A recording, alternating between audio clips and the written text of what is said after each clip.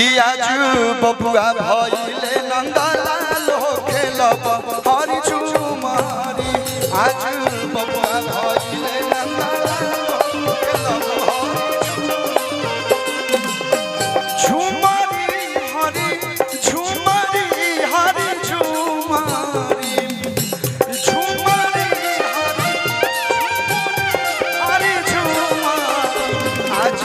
बबुआ भइले नंदलाल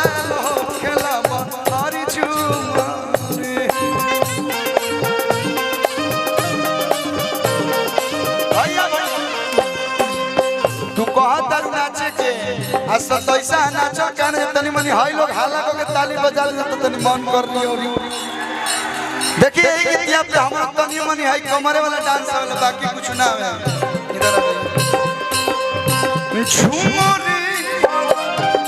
झूमरे हरी झूमारी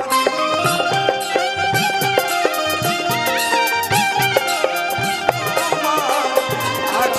बबुआ भइले नंदलाल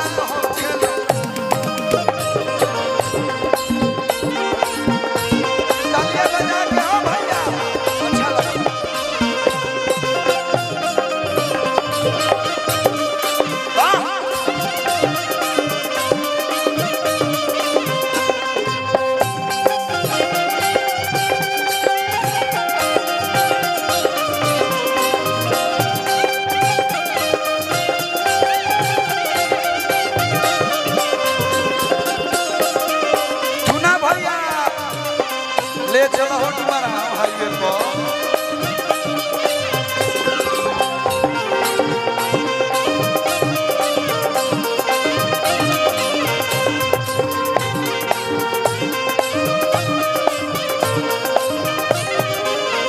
घर द्वार पर बर्दाश्त करते हैं तो मारो बेट पर चल जीवो पर परखंड होया जिला भोजपुरी से हिला भैया अरे की बबुआ के मौसी मौसी न लगू तू अरुण भैया मौसी न लगी हाँ बबुआ के मौसी खूबे लगा बहावस तचनी पनुरानी के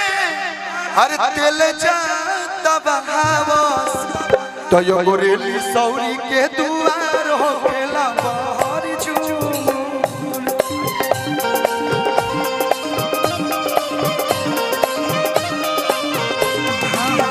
गोरेली सौरी के दुआर हो